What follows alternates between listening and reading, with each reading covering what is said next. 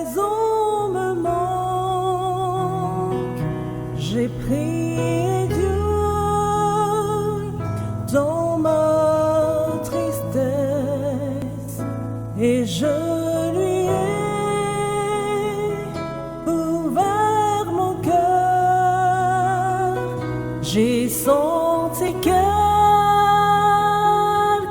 me toucher. C'était Jésus qui me disait encore un petit peu, juste un petit peu, parce que je viendrai te chercher. Y a un vrai amour, une rivière de paix, y a un ciel qui sera ma maison. Une fois de plus, elle apparaît, ma foi rayonne tel le soleil. Et quand je pense abandonner, Jésus m'appelle et redit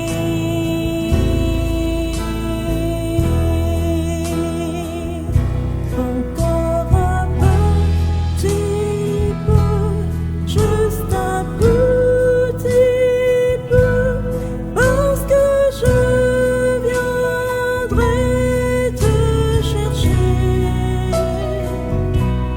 Y a un vrai amour, une rivière de paix, y a un ciel qui sera ma maison.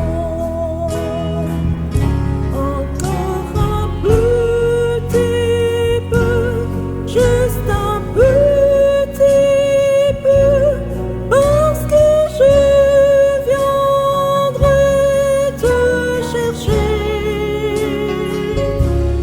Y a un vrai amour, une rivière de paix.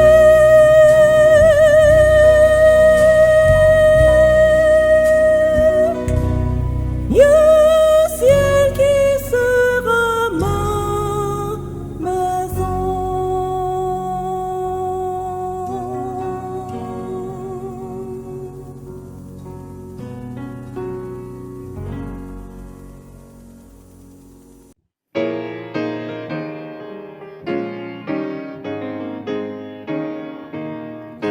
Réjouis-toi, chrétien, voici ton maître, il va guetter son glorieux palais. Toi, messager, ici-bas vont paraître, les préparer le royaume de paix. Veillons encore bientôt dans la gloire, notre roi paraîtra des cieux. C'est pour Sion libre la victoire. Voici le jour, frère, lève les yeux. Bonsoir à tous, bonsoir à tous ceux qui nous ont rejoints sur la plateforme Zoom et tous ceux qui nous regardent sur YouTube. Nous sommes vraiment heureux de vous retrouver ce soir, même si ce soir, c'est le dernier soir dans notre période des 10 jours de prière. Nous remercions Dieu de nous avoir accompagnés pendant tous ces 10 jours et de nous avoir permis de nous ressourcer spirituellement et de passer du temps dans la prière. C'était l'objectif de cette période, de nous retrouver en tant qu'Église, qui plus est notre district réuni, les 4 églises du district. Et je veux croire que l'expérience aura été enrichissante et épanouissante pour les uns et les autres. Permettez également que je vous souhaite un bon sabbat, puisque depuis un petit moment, nous sommes entrés dans les heures sacrées du sabbat. Et je ne le dirai jamais assez, c'est un privilège pour nous de vivre le sabbat, de faire cette halte, comme il a été dit tout à l'heure dans la bienvenue, avec toute une semaine pleine de rebondissements divers, de difficultés, de souffrances, peut-être des moments de joie également. Mais arrivé à ce moment-là, quand le sabbat commence, eh bien, nous entrons dans une oasis de paix, de sérénité. Et je nous souhaite de vivre ce sabbat-là pleinement, intensément, de récupérer chaque goutte de bénédiction que le Seigneur en réserve pour nous et de soupirer après le prochain sabbat qui représente toujours un rendez-vous privilégié avec Dieu, un rendez-vous que nous avons également les uns avec les autres. Je voudrais également nous encourager à poursuivre dans la démarche de prière, même si c'est vrai que c'est une période qui arrive à son terme ce soir, mais continuons de prier. Ce n'est pas parce que les 10 jours sont terminés que nous arrêtons de prier. Au contraire, nous sommes dans une bonne dynamique. Continuons de prier à titre personnel, dans notre cheminement avec Dieu, en famille, au niveau de nos églises respectives. Et surtout, vivons comme des hommes et des femmes de prière. Il faudrait que ces 10 jours de prière aient eu un impact sur nous, dans la manière dont nous parlons les uns aux autres, dont nous parlons, la manière dont nous entrons en relation avec les autres, le fonctionnement que nous adoptons, le respect, la courtoisie. Tout ça, ce sont des éléments qui démontrent que nos prières n'ont pas été vaines. Et je nous souhaite à tous de vivre cela en Jésus. Nous sommes parvenus donc à la dernière présentation dans le cadre de ces 10 jours de prière et toujours dans le cadre du message des 3 anges qui nous exhortent à prier. Ce soir, nous parlerons quelque peu du peuple de Dieu, le reste et la prière. Il y a un passage d'Apocalypse que nous connaissons bien et qui va servir de toile de fond à notre courte réflexion avant que nous n'entrions dans notre premier temps de prière. Le texte est celui d'Apocalypse 14, verset 12. Nous sommes toujours dans le contexte du message des 3 anges. Le texte dit, « C'est ici la persévérance des saints qui gardent les commandements de Dieu et la foi de Jésus. » Très important de pouvoir nous identifier avec ceux qui ont les yeux fixés sur Dieu et qui persévèrent. Nous allons le voir dans un instant, mais ce texte-là, c'est bien de le garder à l'esprit. C'est ici la persévérance des saints qui gardent les commandements de Dieu et la foi de Jésus. Rappelons-nous que les messages des 3 anges ont un but premier. L'objectif principal, c'est quoi? C'est de préparer un peuple à la venue de Jésus. Les messages ne sont pas donnés simplement pour que, comme dans un journal, nous apprenions ce qui se passe et ce qui est prévu. Il s'agit surtout d'être prêts. Quel sens aurait un message d'avertissement si nous-mêmes, nous ne le recevions pour qu'il nous amène à la transformation, au réveil et à la réforme, à la prière, et que nous soyons prêts à recevoir celui qui vient? Tous ces messages contenus dans l'Apocalypse, en fait, ne font que diriger nos regards vers le point culminant de l'histoire, le moment où le Christ fera son apparition, où l'agneau sera vainqueur et où le diable, la bête seront vaincus à tout jamais. Mais pour cela, les messages des 3 anges contribuent à nous placer sur ce chemin de la préparation, à vivre une expérience où nous sommes prêts à recevoir Jésus et où nous partageons avec les autres cette merveilleuse invitation à rejoindre le camp des saints.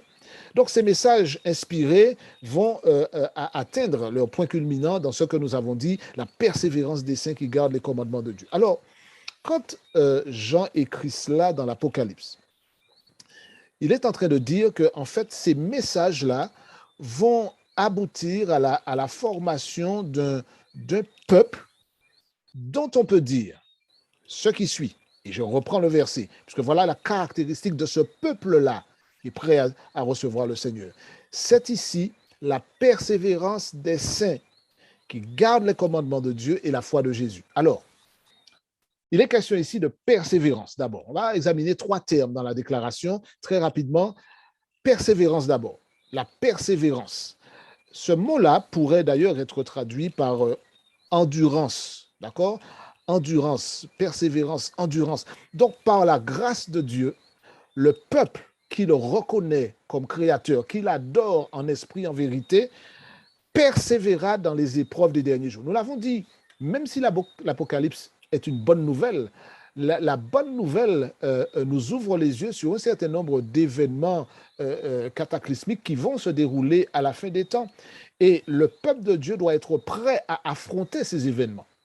Et pour vous dire la vérité, ce que nous vivons en Martinique et à travers le monde depuis près de 2 ans maintenant, bien, je considère cela comme une sorte de répétition miniature des difficultés auxquelles nous pouvons être confrontés et pour lesquels nous devons être prêts. Si parfois, à la première difficulté, nous sommes déjà en train de crier et de paniquer, nous ferions bien de reconsidérer nos voies. Sommes-nous prêts à affronter ce qui vient? Je nous pose la question à tous. Nous vivons dans notre confort, nous vivons dans une société relativement aisée, même si tout le monde n'a pas énormément de moyens, mais nous avons quand même l'essentiel. Il y a certains pays du monde dans lesquels vous pouvez vous rendre et vous êtes estomaqué en voyant le niveau de vie les gens, les habitants, ceux qui font partie de la population de ces pays, qui sont dans de grandes difficultés économiques, sociales. Et nous sommes privilégiés. Et parfois, lorsque nous n'avons pas certaines choses auxquelles nous sommes habitués, nous commençons à ressentir la difficulté. Qui ici n'a pas pesté contre les sociétés qui fournissent l'électricité quand pendant un jour ou deux, on est privé de courant? Effectivement, nous sommes dans une société où sans courant, c'est difficile d'avoir une télévision, un téléviseur, un micro-ondes, un ordinateur à recharger, etc. Il y a beaucoup de choses qui sont dépendantes du fait que nous ayons l'électricité. Et parfois, cette simple petite difficulté nous met en rogne quand on n'a pas d'eau. Imaginez que l'on soit vraiment maintenant là, dans cette période de l'histoire où la foi des enfants de Dieu sera mise à rude épreuve parce que nous serons placés face à des choix qui mettront notre vie en danger. Donc lorsque le texte dit, c'est ici la persévérance des saints, il est question de cette capacité d'endurance, de traverser l'épreuve. Mais comme nous le disions hier, la bonne nouvelle dans tout cela, c'est que l'épreuve sera là, certes. Mais nous pouvons dire gloire à Dieu. Nous savons que le peuple de Dieu sortira vainqueur parce que tous ceux qui sont du côté de l'agneau gagneront parce que l'agneau sera vainqueur à la fin, frères et sœurs. Et ça, c'est une bonne nouvelle. Nous devons garder ça à l'esprit. La persévérance, c'est la capacité de tenir bon malgré les pressions, malgré les épreuves, malgré les difficultés. N'oubliez pas que dans cette portion de l'histoire, le peuple de Dieu devra affronter la fureur de la bête. Ce ne sera pas un petit combat dans une cour de récréation.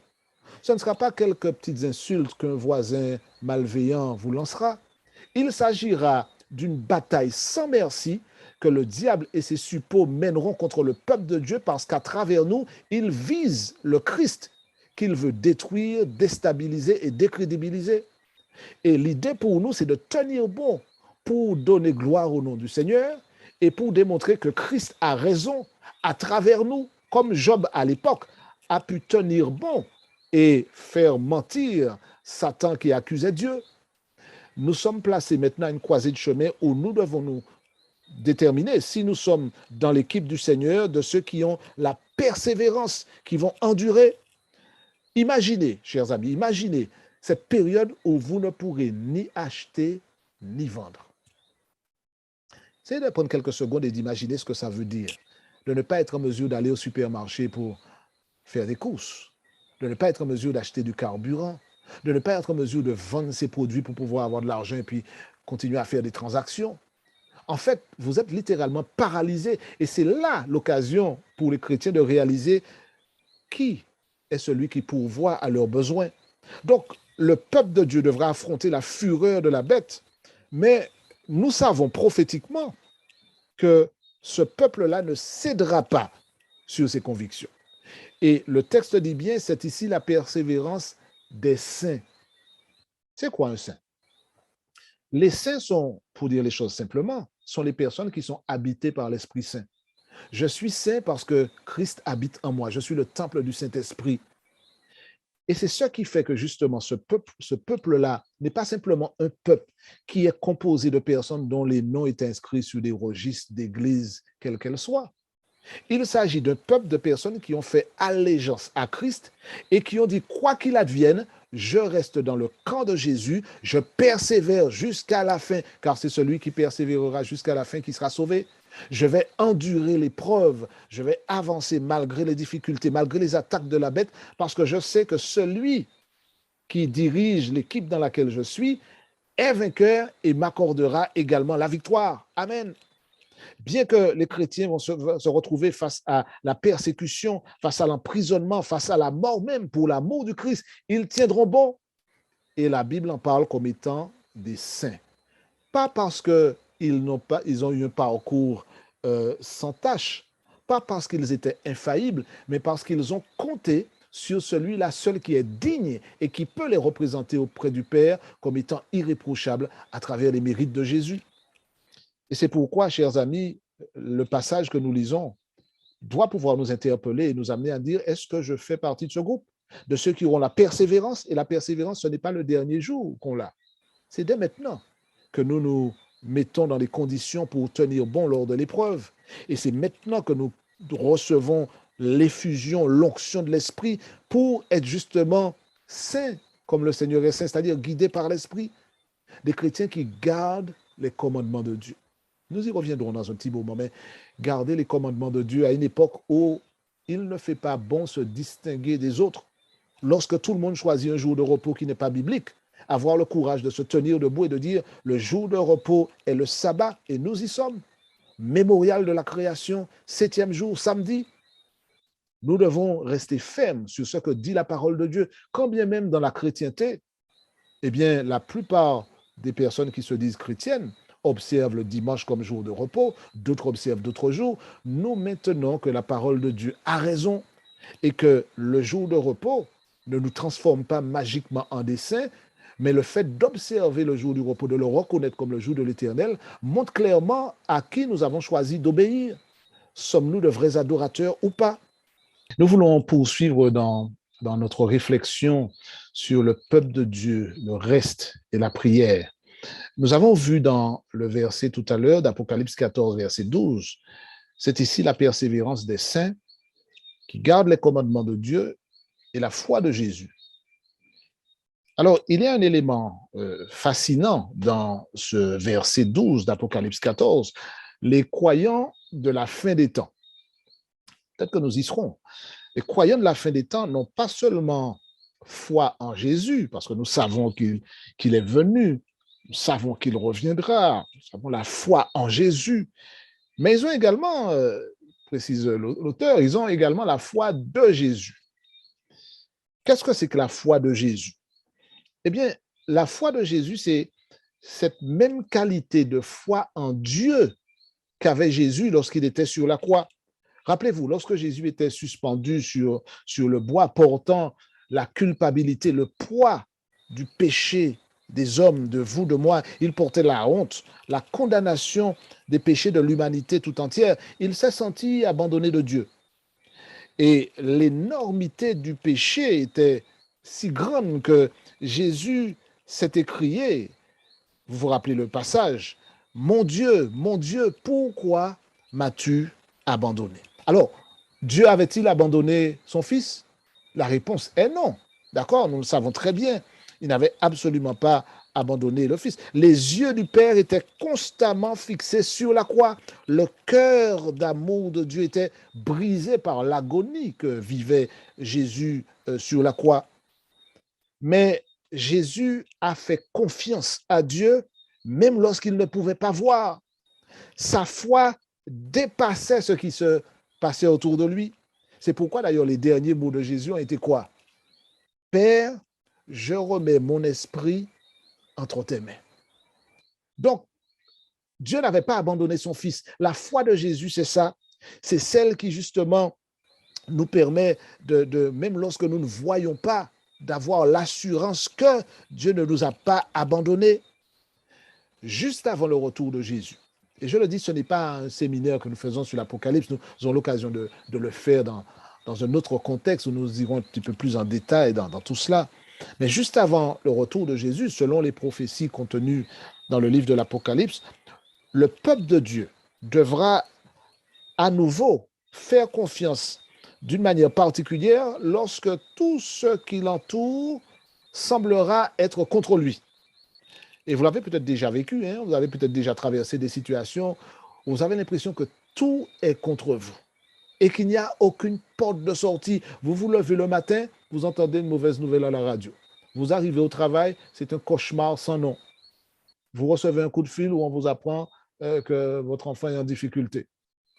Ensuite, vous vous sentez mal, on vous amène chez le médecin. C'est la cascade. Vous avez l'impression que, est-ce qu'il y a un petit rayon de soleil? Est-ce qu'il y a une possibilité que ça se termine pas mal?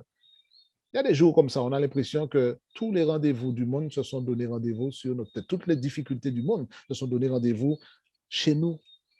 Mais à la dernière portion de l'histoire de l'humanité, le peuple de Dieu devra faire confiance, comme Jésus a fait confiance à son Père lorsqu'il traversait cette épreuve de Gethsémani, lorsqu'il était sur la croix. Qu'est-ce qui permettra au peuple de Dieu de traverser cette période éprouvante?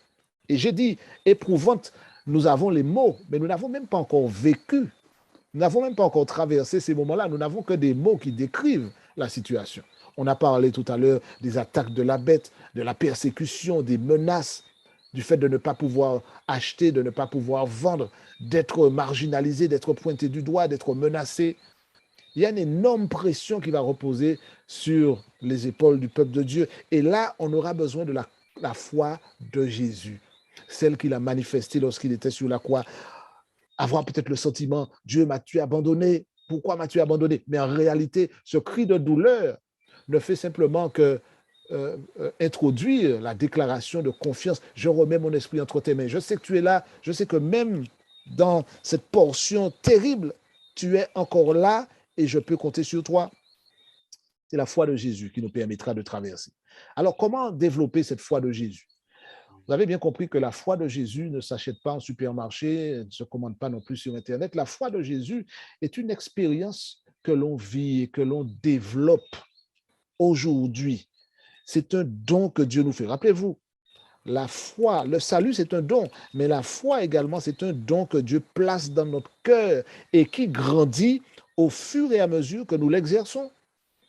Donc, la foi, nous la développons parce que Dieu nous fait le don et dans notre relation avec Dieu, nous développons cette foi-là qui nous permet de grandir et de tenir bon dans les épreuves actuelles, mais qui nous prépare pour l'épreuve ultime que nous aurons à traverser en tant que peuple de la fin des temps. Donc, lorsque nous vivons des situations difficiles, que nous nous accrochons désespérément aux promesses contenues dans la parole de Dieu, bien, notre foi grandit.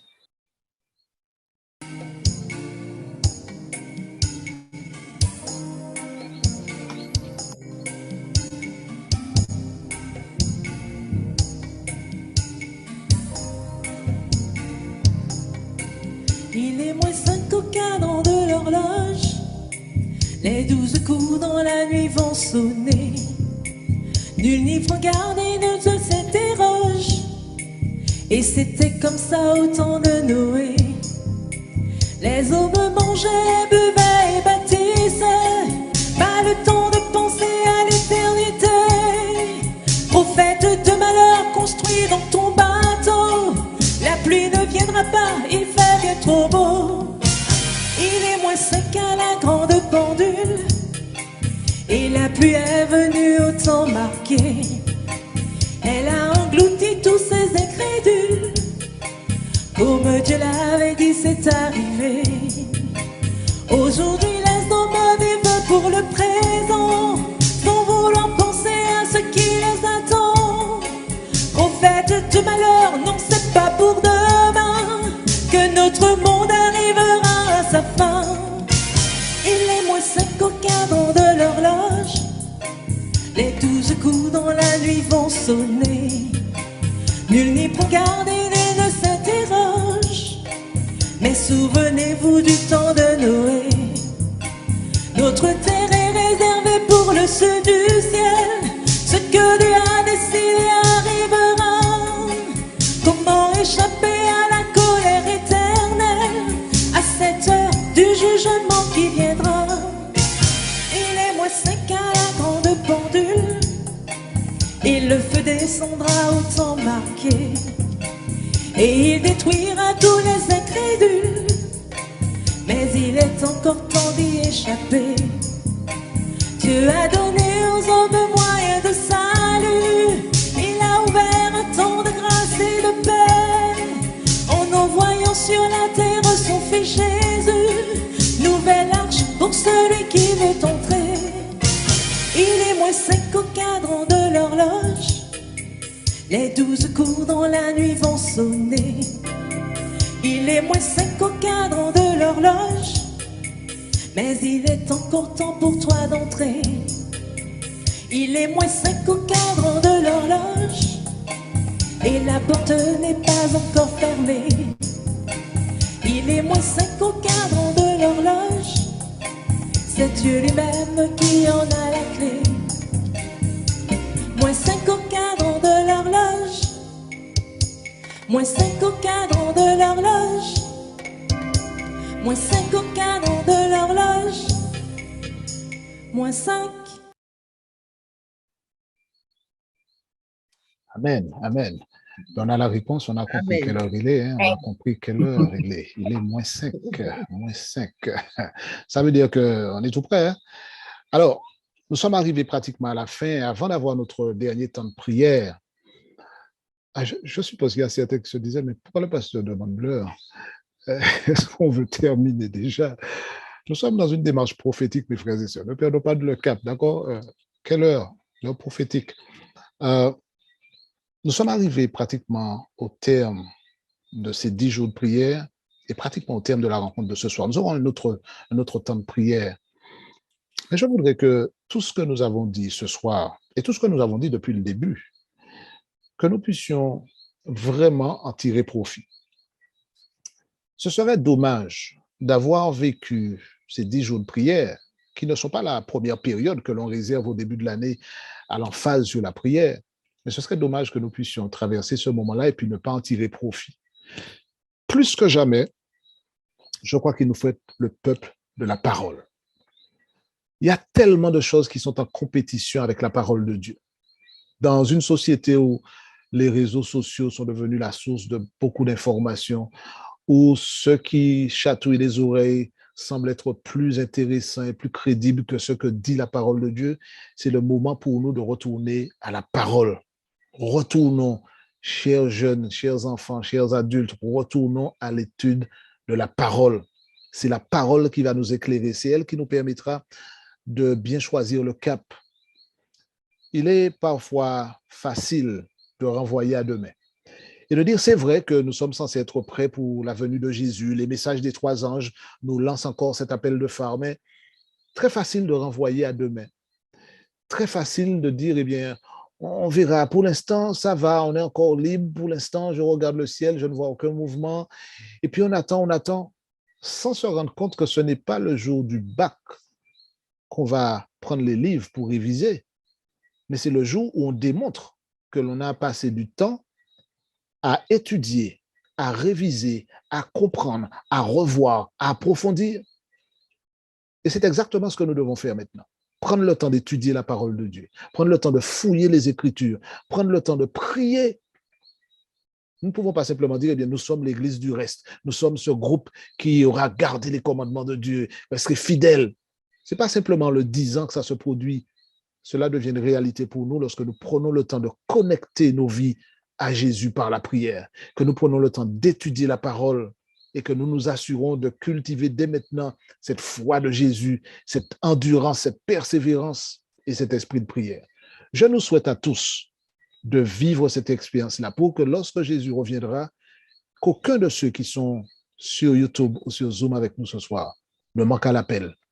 Que nous soyons tous là, répondant présents, parce que nous aurons persévéré, que nous aurons compris que rien ne fait le poids face au projet que Dieu a pour vous et pour moi.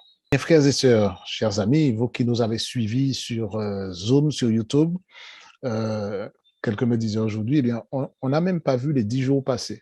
Eh bien, finalement, les 10 jours sont arrivés à leur terme. Nous avons terminé nos 10 jours de prière et je remercie Dieu pour le privilège qu'il nous a donné de pouvoir vivre ces moments. Ce n'est pas une fin en soi que d'avoir vécu cela, mais c'est simplement une opportunité, un tremplin pour aller plus loin. Saisissons l'opportunité et grandissons dans notre foi et dans notre vie de prière. Je le souhaite pour nous tous, pour que cette expérience-là n'ait pas été vaine. Ça a été une belle expérience de le faire en district. Et d'ailleurs, nous aurons d'autres actions en district prochainement, mais on aura l'occasion d'en parler. Merci Seigneur et merci à tous ceux qui ont participé, qui ont rendu l'expérience belle par leur contribution, par le chant, par la prière, la bienvenue ou les autres contributions faites. Et nous remercions par-dessus tout Dieu qui nous a prêté vie et qui nous a accompagnés pendant toute cette période. Poursuivons sur la lancée, continuons de prier jour après jour jusqu'au retour de Jésus. On termine avec notre chant thème, comme nous le faisons habituellement. le 217, la dernière strophe.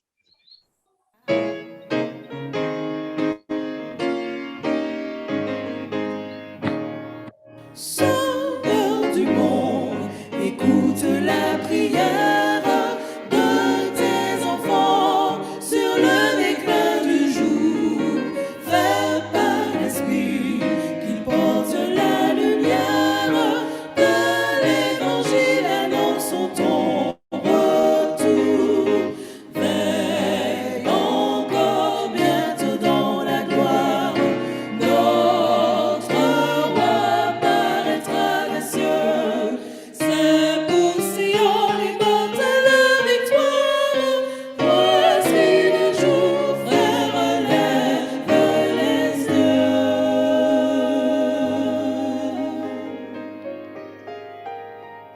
Amen, amen.